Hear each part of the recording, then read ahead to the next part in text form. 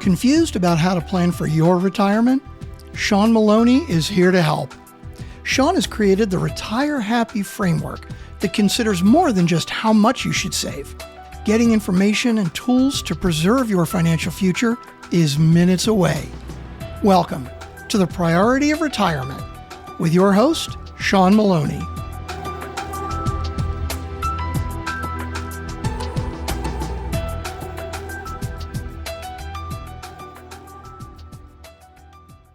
Hey everyone, welcome to another episode of the Priority of Retirement, where we dive into all aspects of retirement planning for that happy retirement. Today we have Frank Somma, a sales and communication expert, accomplished speaker, author, and dedicated charity fundraiser. With over 15 years of experience and a degree in Neuro-Linguistics Programming, the science of effective communication, Frank has inspired audiences at top organizations like DLL Bank, GE, Xerox, and EMC. His latest book, B2B, is really P2P, How to Win with High Touch in a High-Tech World, has become an Amazon favorite and celebrated for its insights in building genuine connections in today's digital landscape. So, Bud, I really appreciate you coming on. I think, as we talked about earlier, the communication side in today's age with digital is obviously an impact. But when we're talking about retirement and people fulfilling their relationships and keeping their days filled with meaning and whatnot, I thought it was really interesting. Some of your concepts and things that you talk about in your book and whatnot. So welcome aboard. Glad to have you, bud. Thank you. Great to be here. Nice to meet you. Yes, sir. Yes, sir. So, as we dive in here a little bit, what would you say would you believe is the most fulfilling way to stay connected and engage in relationships, whether it's during retirement or not, but just what are the most effective ways to stay connected in your opinion? I mean, there's a lot of choices there, right? So folks my age are living in communities where there are tons of activities. Yep. There are, retirement communities, 55 and older communities, and there's plenty of things to do, whether it's getting on a bus and going to theater, or whether it's going to a museum, or whether it's going up to the clubhouse because they have yoga or Tai Chi or whatever it is. Right. So I think making yourself available, one of the really interesting things is our inability to know our future selves really well. So there's a ton of science behind this that says, you'll ask me to go to the Tai Chi class at the clubhouse. And I'm like, no, I'm not doing that. Right. But a huge percentage of the time we misjudge. We take our ability, we say, no, it's not something we want to do, but we misjudge how we'll feel afterward. Sure. If you think about that in terms of anything, like let's say exercise, for argument's sake, it's rare that you get a workout in and say, boy, that sucks. I wish I hadn't done it. Right? But getting yourself up to go is difficult because you can't imagine how you'd feel after. So I would just encourage people to know that social connections will usually make you feel better. We can talk about introverts and extroverts and how they give energy, get energy. We can go through that stuff, but in general, healthy social connections are a huge part of a healthy retirement mindset and life. 100%, 100%. We talk a lot about having a happy retirement and a fulfilling retirement, and before we ever even talk to anybody about finances and all that kind of stuff, we ask, what's your why, what's your purpose, what do you want to do in retirement, what's going to make you fulfilled? And when you look at a lot of studies out there, a lot of the things that are put out there as keys to a happy retirement is relationships, communication, purpose, all those different things. It's a lot of the non-financial side of it. And I like what you just said there about the after effect, not thinking about what you feel like afterwards. I mean, how many times, I know I'm guilty of it. And I know raising kids, and you tell your kids this all the time too. He's like, you don't want to go, but afterwards you're glad you did. And then when you don't go, you regret when you didn't. Right. And to your point, I don't think that ever changes, right? That's kind of embedded into us, Yeah, for sure. And today, especially, when you think about it, it's a kind of a difficult subject for an older guy to talk about, because people are thinking, I want them to whip out an inkwell and a quill and write letters to their friends. Right.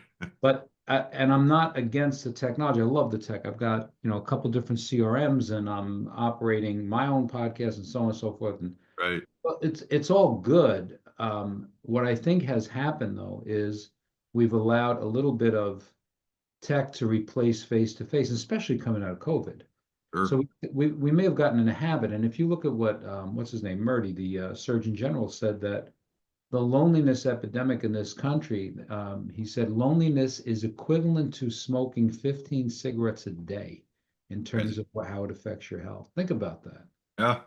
So, this idea of as we get older, maintaining those social connections is super important because if you go to a workplace or if you work from home and you're in business, you're on Zoom meetings or you're traveling or you're going to see clients or you're going to a convention, you're getting a bit of social connection. But once your work life ends, I believe that a focus on social connection, whether you're volunteering at the local animal shelter or the local food pantry or Big Brothers Big Sisters, whatever it is, Yeah.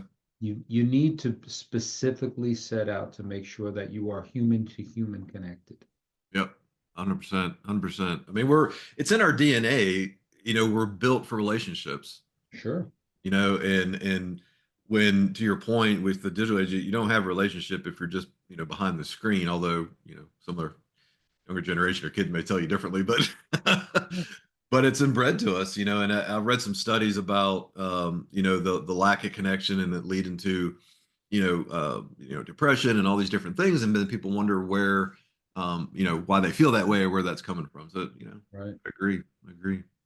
Well, I know you do, some charity work and whatnot as well. How has charity work influenced your perspective, on giving back and part of that whole meaningful life and meaningful retirement side of things? Boy, there's a lot to unpack in that, right? So There is. when I come back from any of the charity events, well, I'll come back and I'll say to my wife, boy, this is the best of what I do. Yeah. No matter what successes, you've had in your business life, whatever, it's the best of what I do for real. And it's been that way for as long as I can remember. And I felt as though, and I think I touched on this in my last book, I have strong sales skills, right? I've been a business owner, partner, sales leader, have led some huge organizations, and that's my skill set. And the universe didn't give me those skills just to line my pockets, right? Superman could have busted through walls and robbed banks, but instead he used his powers for good. And I Right. think it's Right. the same way. If you've got some sort of skill set that's valuable in business, I believe you owe it to the world to apply that skill set to some charitable organization somewhere that will need you. And there are tons of them. And, find something that affects you personally. For me, it's Cooley's Anemia Foundation. We take care of patients with a blood disease called thalassemia. Our patients have to get a blood transfusion every 2 weeks from birth till death. It never ends, and then put a little needle in their stomach every night attached to a pump to infuse this medicine over a 12-hour period. It's our patients are living much longer. Yeah. When I began with the foundation, my youngest daughter has this disease. And when I began back in 1985, life expectancy was 15, 16 years. My daughter's 40 and has a baby. So Wow, that's great. yeah, it's unbelievable. The science has really, really developed, and our patients are living better lives, but she's still sticking a needle in herself every night and going. Yeah. So this affected me obviously profoundly personally, but it could be, your friend's mom had breast cancer and you were close to her, so you volunteer with those folks. It could be that you saw too much animal abuse or you love dogs or cats or cows or whatever it is. Find something that sings to you Yeah. and give a couple of hours of your life, every month. And especially if, the folks that are tuned into your podcast are more than likely, right, successful in business and thinking about their financial well-being in the future. Yeah. And I believe that if you're in that kind of position, it's because you had some marketable skills in business that were valuable. And why not lend those to your local church or animal shelter, food pantry, whatever? 100%. And Evan knows the world needs more generosity and more sharing and more giving and giving back. And I 100% agree with you. Share your talents, your time, talents, and treasures with the world. Right? Where don't keep them to yourself. And the funny thing is, even I think we're also built to do that as well, but a lot of people suppress that, right? Or a lot of our society has forced a lot of selflessness, out there and looking after Yeah. the me factor. But it's a great opportunity as you retire. You have more time on your hands. How could you, to your point, how could you best utilize your time and give back? And And get hey, connected. yeah, right. You get connected. It serves multi purposes. I mean, you're connected. You're giving back. You're helping others. Oh, and by the way, I think most people will agree that when you give, you get that joyful feeling in your heart and gut as well. So that brings I'm joy to telling you. you, there's nothing better. If you think William James, the father of American psychology, said, if I ever found myself suffering depression, I'd go across to the poor side of town and find someone to help. I love that. It is the best you can do for you. You can't give anything away. This Right. is Right. right. You can't give it away. Whatever you do, it's going to come back to you tenfold in many different ways. And I just encourage people to find. Doesn't have to be a ton of time. You don't have to, be at the food pantry handing out packages to people. Find something that works for you. If it's Yeah. that church center that has the used clothing, maybe you're in the back folding sweaters so that they can put them out, whatever. But Right. there'll be other folks there and it'll do you a world of good. And of course, you're doing good for the world. Love that. Absolutely love that. Well, hey, let's touch on your book a little bit. What share some key insights, from your book that B2B is really P2P, and building, those general connections in a tech-driven world. Give us a little digest or a little insight to your book.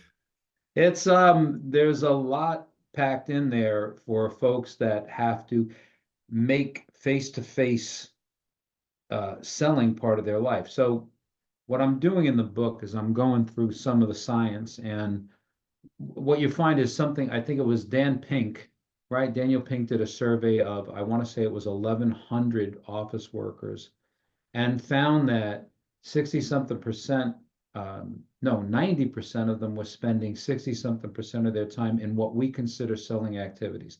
Mm, So non-selling professionals, that means that they have to go to someone else and get them to part with time, money, or resources, right? That's right. selling. Yeah. You're asking someone to do something for you. So what I talk about in the book is how that's done well. And Yeah. it's about connecting with other people on a personal level.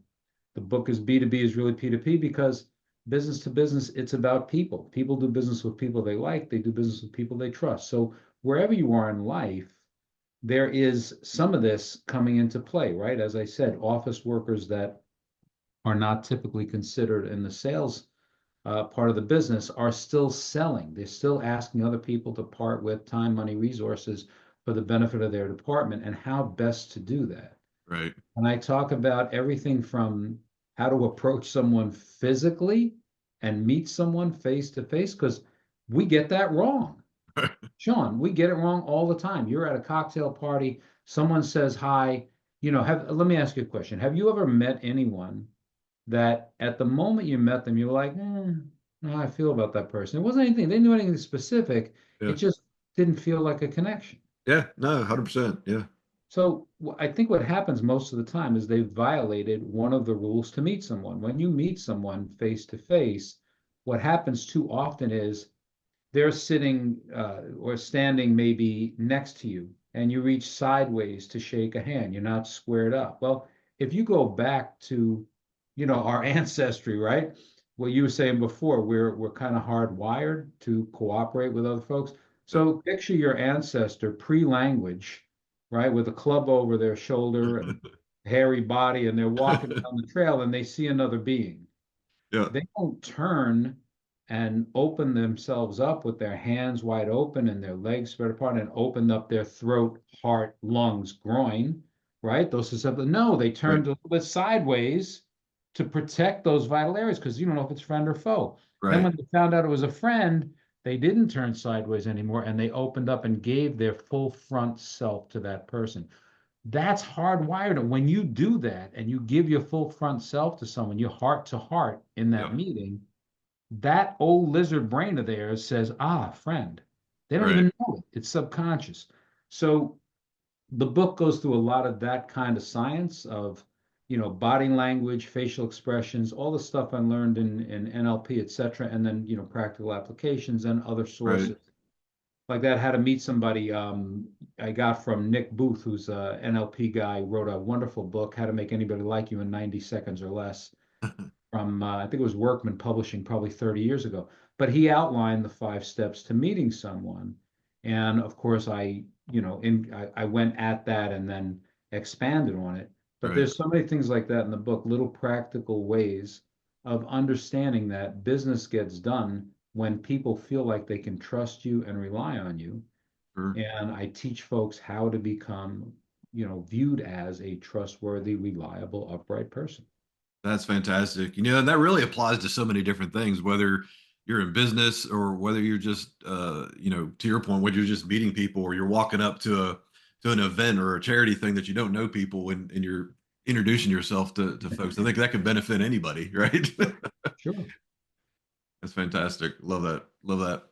So you talk about NLP. How's that background in NLP, that neuro linguistic, I can't say that really, but linguistics programming shaped your approach to communication? It changes everything. I mean, and I went to school for NLP because I felt as though, you ever hear like people talk about women's intuition, right? Sure. So it's not necessarily um, something that's relegated only to women. There are people that have a wonderful intuition. They see past the communication that's happening in front of them, and they understand what a person is feeling, thinking, whatever. They have that intuitive ability. I do not have that, never had that, was awful. So I can remember coming back with my partner in business, and we saw the receptionist, and I said, "Hey, Michelle," and he said, and she said hi, and he said, "Hey, Michelle," she said hi, and we walked up the stairs to our offices. He's like, "Oh boy, I got to talk to Michelle." I'm like, "About what?" He goes, "Didn't you see her? She's having trouble." Uh, I'm like, I don't know." I said hi. She said hi. What? But I didn't see what he saw. He was right. She was having a super big issue with her kids, and wow. he brought her in the office. And but he had that wonderful intuitive ability to see past the words, and I lacked it. So I went to school for it. And then Interesting. he teaches you how to, you know, be more attentive in the moment, to read the facial expressions, the color changes, the breathing patterns, the body language. So you practice that stuff all the time. And I got a little bit better at it. Sure. Um, my partner, like I said, he was good like that. It was just such a moment that I was like, oh my goodness, how do I not know that? But Right. anyway, that's what NLP does, is it teaches you the nuances of communication. And I think it really helps you to put yourself in a place where you can put other people first and understand, because you know what St. Francis said, right? It's first understand and then seek to be understood. And Right. I think that's a great rule of communication. You've seen it in everything. Dale Carnegie, right? With remember that fella cares more about his own toothache than he does an earthquake that killed 10,000 people in China. Right. So it's about putting other people first, being genuine, reading their body posture, little nuances of communication, Sure. and being a better communicator, and therefore better liked, more trusted, and again, that helps you in your business and personal life. Love that. Absolutely love that. I've always, and I've heard of NLP in the past and I've heard a little blog pieces here and there, but you really spiked my interest Mm, in that side of it for sure. Obviously working with people all day long, we meet a lot of different people and, to your point, not everybody has that innate, sense to see what's going on and not even when you're not in the working world anymore. And a lot of people that, our listeners are still working and they're getting ready for retirement. There's some people that are sure. in retirement, but regardless, it's just that connection to the other human being and trying to Mhm. understand them, and being able to read them without, Right. them necessarily knowing. I mean, I know when, things I know me and my family, we're pretty active in our church and we do volunteer work and those kind of things. And you reach out to community and you do things to help. And sometimes people aren't open, they won't open up right away about what their needs are and whatnot. But if you can read people or pick up on those little things, it really can help, break down the barriers or the defense mechanisms, if you Mhm. will. So you can help those people, Yeah, for sure. And understanding, how to ask questions and listen Yeah. is, I mean, it lacks, it's in our society, a lot of folks are waiting for their chance to speak as opposed to listening to what the other person is saying really well. And we're never taught, you don't have a listening class in school, but it's one of the most important things you can learn. And when you think about charismatic people, right? I've asked this question in seminars. I'll be on stage and be a group of hundreds of people and just ask them, do you know anyone that you think of somebody who really, really likes you a lot. Think of Right. somebody who thinks you're wonderful. And we go through that whole process. And in the end, you ask them, does that person talk more or listen more? And it's 100%. It's folks that ask questions and listen. And Sure. and and in asking those questions, understanding what kinds of questions to ask. Yeah. So if you can, you like you were talking before, you go to a charity event, you're at a business function, whatever, instead of the typical stuff, go another level deeper, see what happens, Yeah. right? Yeah. And lead with what's and how's, not, whys are off-putting, but what's and Right. how's are Right. always a good question. What is it that brought you to this podcast? Right. How is it that we wind up standing at this meeting today together? Right. And you get some really great insight. And when folks get to talk about their favorite subject themselves, Right. they feel good about you. Oh, 100%. And it's an ironic thing because, like you said, there's some people that are not good active listeners, and they're already trying to think about what they're going to say next before you ever finish what you're Right. saying, right? And so they're not really hearing everything. But it's ironic because, to your point, everybody wants to talk about themselves and hear about themselves. But when you probe and ask them questions, you can almost even see it in their face, or their manner. It's like, oh, wait a minute, they're asking about me, Right. right? And I think that I think that helps, break down barriers, or what I would consider barriers to entry when you're getting to know somebody. Sure. If you can truly show that you are interested in them, and what they're about. And the thing, Shawn, to me, the most important part of that is when you said to show that you're interested in them, it can't be gratuitous. Like, you Right. need to be genuinely interested in other people. And people are the most interesting of God's creatures, right? Like, Right. there's nothing more interesting than other human beings. If you take a minute and ask some questions, it'll be fun. Oh But yeah. you've got to be genuinely interested. You can't mail it in, right? Right. Because that comes across and people sense it. Oh sure. 100%. Well, you mentioned you've done, some, speaking engagements, and you've talked to a lot of different organizations, over the years. And so from talking to major organizations and all those different events that you've done, um, do you think how does that resonate, or how do you think that resonates with individuals at any stage of life, right? Speaking in those major organizations, how would that apply to anybody in different stages of life? The things that you communicate there. I, I mean, what I do is I try to teach folks how to be more charismatic. That's that expression, right? But that person's got it. They've got charisma, so on and so Right. forth. I believe that you can do anything anybody else has done if you find out how they did it and practice. There isn't anything I mean, listen, Arnold Schwarzenegger, arguably the greatest bodybuilder of all time. If you ate the same food, lifted the same weights, and injected the same drugs, Right. you could probably be as big as Arnold. You can learn whatever anybody, as long as they tell you what they did. So to me, it's when you go to those seminars and you get a speaker up on the stage, whomever it is, you want to get one or two takeaways, a couple things that you can apply and try. I try that with every program I listen to, every podcast I listen to, whatever it is. I want to get one or two ideas Sure. that I can try to implement because we want to continue to grow. And for me, when I'm out there on stage, my view when I get up to talk to folks is I want them to walk away and say, I took a couple of notes and I'm going to try that. Yeah. That's it. I just want to give them some usable content. I want to be funny. I want to be energetic. You're at a convention. You don't want that person that's reading, text off of their slides for a half an hour, drive you Right. crazy.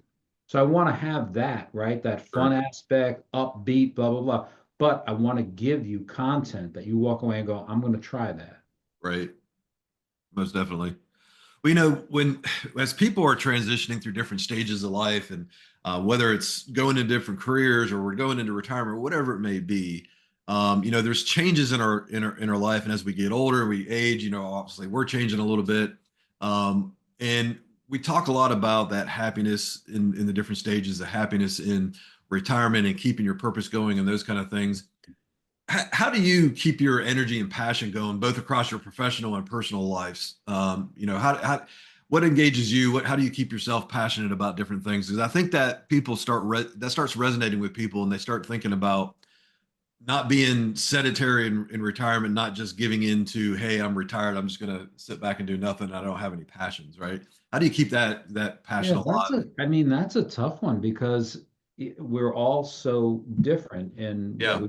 what I've found, Sean, recently is that most of my friends that are professionals, be they finance professionals, attorneys, business people, sales people, whatever, most of them are working, just slowing down. Like I talked to an attorney friend of mine, super successful personal injury attorney, and we bumped into each other at the florist in town. And I said, "Hey, Tony, you still working?" He said, "When I want." Yeah. And then he went on to explain that if there's an interesting case or whatever, and it's the same for me. I keep my hand in. I'm consulting for a few different businesses. I don't want to not work. It's my enjoyment, but I get to do it as I like to do it. I'm fortunate that I'm 66 and a half years old, right? Right. So I'm at a point now where you could take Social Security and be done. But I really like making a few shekels and keeping my hand in the game. I don't want to be on anybody's clock. Right. So that part of it is good. And I think being, physical, like getting out in nature, if that's what you like, walking around the park, you have a dog, take the dog for a long walk. You have a significant other, go for walks, hikes, jog, bike. I think being physically active is an important part for me of not feeling old, Right. right? I, Yeah. you know, I jog with my dog, and people go, "Oh, you're a runner." I go, "No, no, no. Running would insinuate that I'm moving at a pace that you can call running. I don't do that. I'm just barely going faster than walking, but I'm moving my body, and I Yeah. feel like I'm kind of fighting the good fight when I do that. The same way with doing some business that I'm doing. I'm still Yeah. selling actively. I'm still consulting with businesses, teaching people.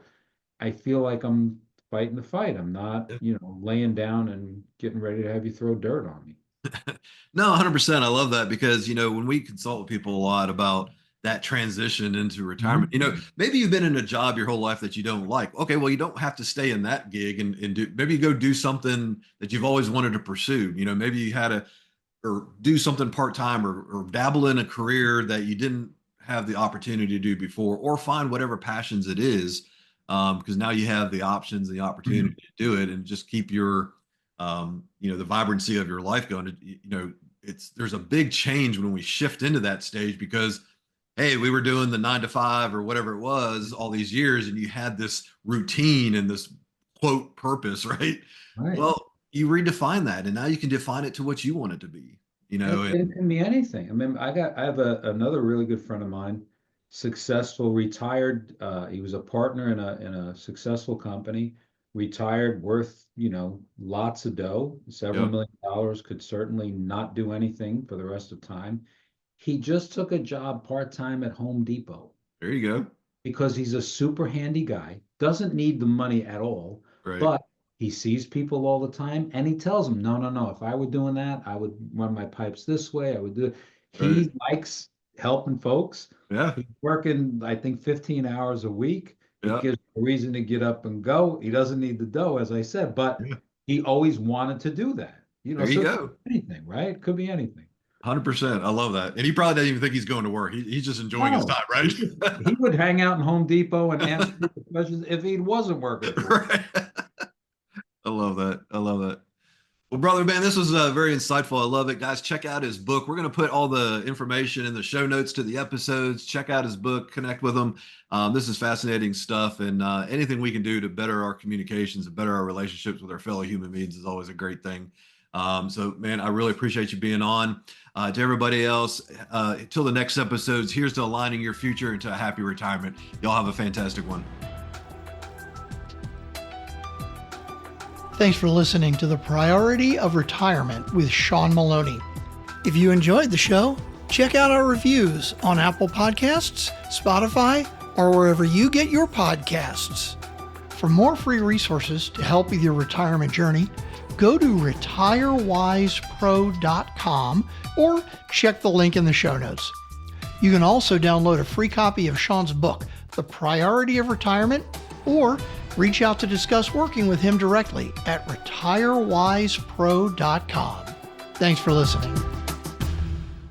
Insurance products offered through the insurance business RetireWise LLC. RetireWise LLC is also an investment advisory practice that offers products and services through AE Wealth Management LLC, AEWM, a registered investment advisor. AEWM does not offer insurance products. The insurance products offered by RetireWise LLC are not subject to investment advisor requirements. Investing involves risk, including the potential loss of principal. Any references to protection, safety, or lifetime income generally refer to fixed insurance products, never securities or investments. Insurance guarantees are backed by the financial strength and claims-paying abilities of the insuring carrier. This podcast intended for informational purposes only. It is not intended to be used as the sole basis for financial decisions, nor should it be construed as advice designed to meet the particular needs of an individual's situation. RetireWise LLC is not permitted to offer, and no statement made during the show shall constitute tax or legal advice. Our firm is not affiliated with or endorsed by the U.S. government or any governmental agency. The information and opinions contained herein provided by third parties have been obtained from sources believed to be reliable, but accuracy and completeness cannot be guaranteed by RetireWise LLC. Guests of the Priority of Retirement are not affiliated with, nor do they endorse Shawn Maloney or RetireWise LLC.